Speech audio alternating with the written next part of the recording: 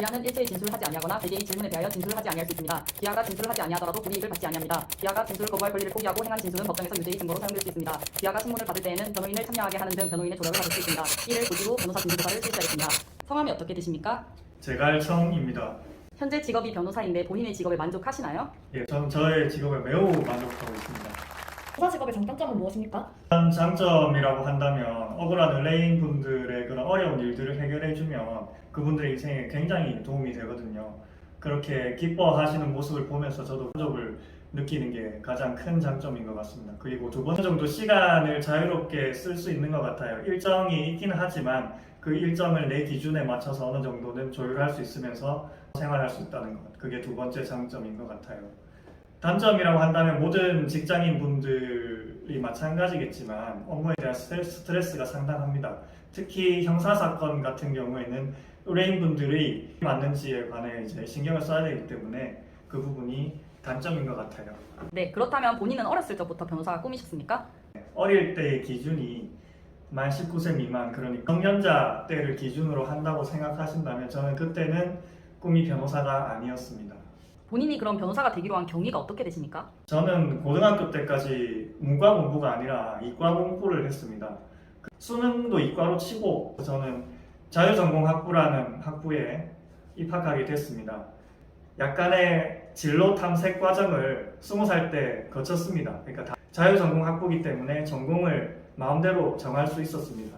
그 과정에서 여러 군데의 문과 수업을 들어봤는데 법학과에서 들었던 민법 총칙 수업이 가장 강렬하게 저에게 와닿았습니다. 여러 가지 법률을 설명하시고 그에 대해서 사안도 설명하시고 어떻게 사안을 해결하는지 설명하시는 교수님을 보면서 법학을 해야겠다고 마음을 먹게 됐습니다. 자연스럽게 법조인이 되어야겠다고 20살 때부터 이렇게 꿈을 꿨었습니다.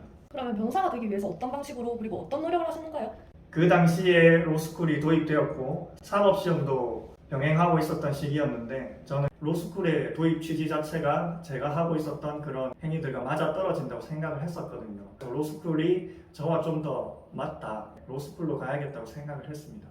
로스쿨 입시는 학점, 학벌, 공인 영어 성적, 그 다음에 리트 점수, 면접 이렇게 여러 가지가 필요합니다. 점수를 받으려고 노력을 많이 했습니다. 그 결과 부산대학교 로스쿨에 진학을 할 수 있었습니다. 고시 공부에 대해서 제가 일정 정도 말씀을 드릴 수 있을 것 같습니다. 내부적인 환경을 들 수 있겠습니다. 본인 첫 번째로 체력이 필요해요.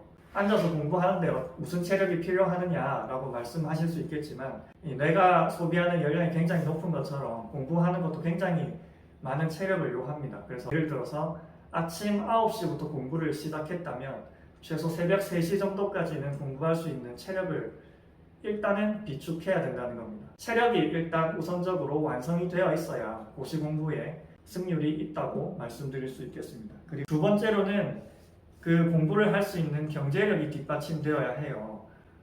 돈 걱정을 하게 되면 사람이 공부를 할 수가 없습니다. 그래서 수험 기간 동안 돈 걱정을 하지 않고 전력 투구를 할 수 있는 경제력이 뒷받침되어야 한다고 생각합니다.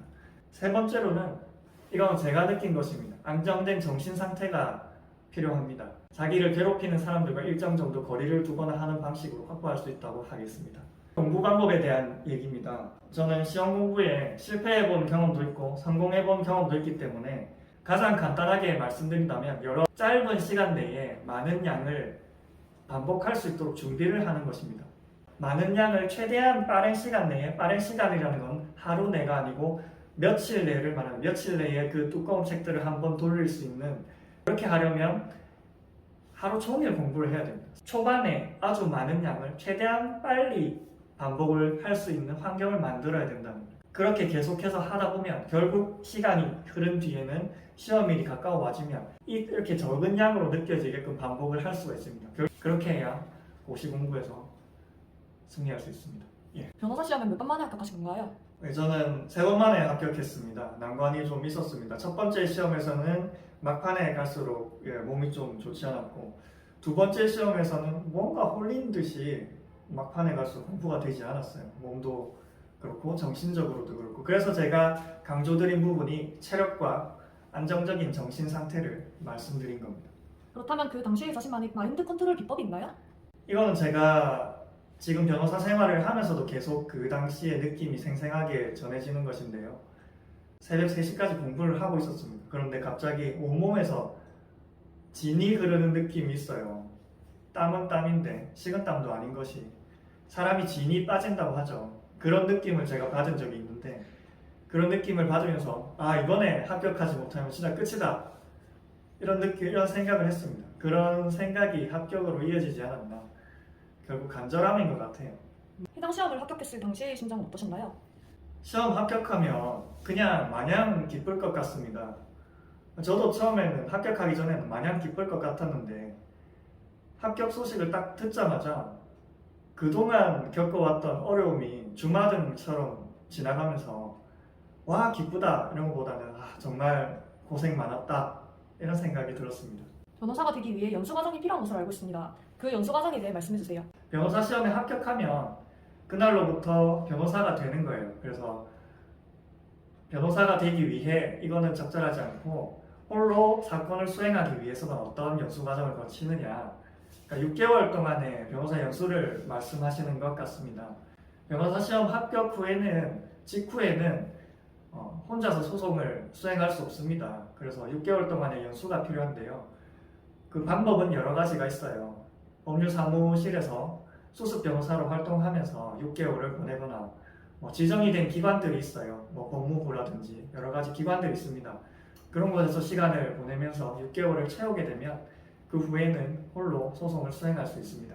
그렇다면 본인이 가장 기억에 남는 사건은 무엇인가요? 아무래도 제가 수습을 끝나고 맡았던 첫 사건인데요. 제 이름으로 맡은 첫 사건이었습니다. 결과적으로는 의뢰인께도 결과가 잘 나왔는데 그래서 더욱더 기분이 좋았습니다. 네, 그렇다면 본인이 회사를 설립하시면서 대표로서 어떤 회사를 만들고자 하셨습니까? 이건 제 개인적인 경험에 바탕을 둔 구상인데요. 저는 구성원들이 출근에 그렇게까지 스트레스를 받지 않았으면 좋겠다. 그래서 출근에 그렇게 압박을 느끼지 않는 회사, 이런 회사를 만들고 싶었습니다. 옆에 계신 주임님은 출근에 대한 압박을 받고 계신가요? 아우 너무 행복합니다. 행복해요. 네, 그렇다고 합니다. 그렇다면 부정법률사무소만의 강점은 무엇입니까?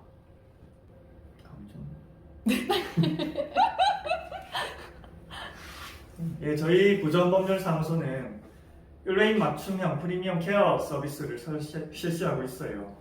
프리미엄 케어 서비스라고 하면 그냥 말만 그런갑다 이렇게 말씀하실 수도 있겠지만 의뢰인분들이 상담을 오면서 변호사에게 가장 큰 불만을 느끼는 부분이 소통입니다. 저희는 그 소통 부분에서 굉장히 큰 강점을 가지고 있다고 생각을 합니다. 제가 맡은 의뢰인들은 변호사와 소통을 못해서 불만이 있다 이런 말씀은 전혀 하지 않으세요. 그게 저희 부정법률사무소의 강점입니다. 대부분 법원 근처에 법률사무소가 많이 있는데 왜 부정법률사무소는 경찰서 앞에 위치해 있는가요? 이거는 로스쿨 도입 취지와 연관이 있습니다. 법률 서비스들을 사람들이 그냥 좀 잘 어려움 없이 이용하게 해야 된다고 저도 생각을 했고, 제가 변호사가 되면서도 변호사 사무실이 법원 근처에만 있는 것은 그래도 아직까지는 사람들과 거리가 있다고 생각을 했어요. 그래서 변호사들이 결국은 사람들 속으로 들어가야 되는데 그 첫 지점이 번화가라고 생각을 했습니다. 그래서 부산에서 가장 번화한 서면에 와서 많은 사람들을 만나고, 경찰서 앞에 있는 것도 경찰서에 드나드는 분들이 어려움을 겪을 수 있으실 텐데 그 어려움을 저와의 상담을 통해서 해결할 수 있다면 굉장히 좋다는 생각을 했습니다. 그래서 진경찰서 앞에 개업을 하게 됐습니다.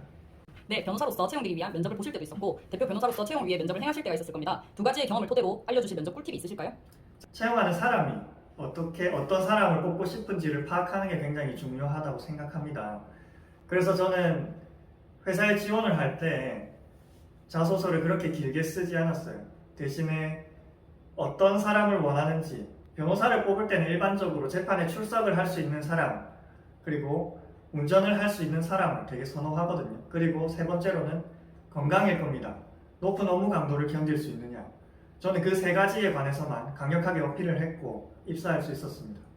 법률사무원 채용을 제가 하면서 여러 이력서를 읽으면서 느꼈던 것은, 첫 번째로는 저와 맞는 경력을 가지신 분, 그리고 신입분이라면 그에 대한 열정이 있는지 이런 부분을 주로 봤습니다. 그래서 앞에 두 분이 계신 것 같아요. 열심히 하겠습니다. 네, 마지막으로 제갈청 변호사님은 늘상 변호인으로서 고소인 및 피의자 조사에 성실히 참여하셨는데 이번에 본인이 직접 이러한 변호사 진술 조사를 겪어보신 심정은 어떠신가요? 카메라 앞에서 말한다는 게 되게 아직은 어색하지만 점점 익숙해지고 있습니다. 좀 더 나은 영상으로 여러분들 찾아뵐 수 있도록 계속해서 열심히 연습할게요. 감사합니다. 잠시만. 이거는 여러분들하고 공개했어요. 대부분 법원 근처에 법률사무소가 많이 있는데 왜 부정법률사무소는 왜? 아 잠시만요. 죄송해요. 잠시만요. 네, 고생 많으셨습니다. 수고하셨습니다.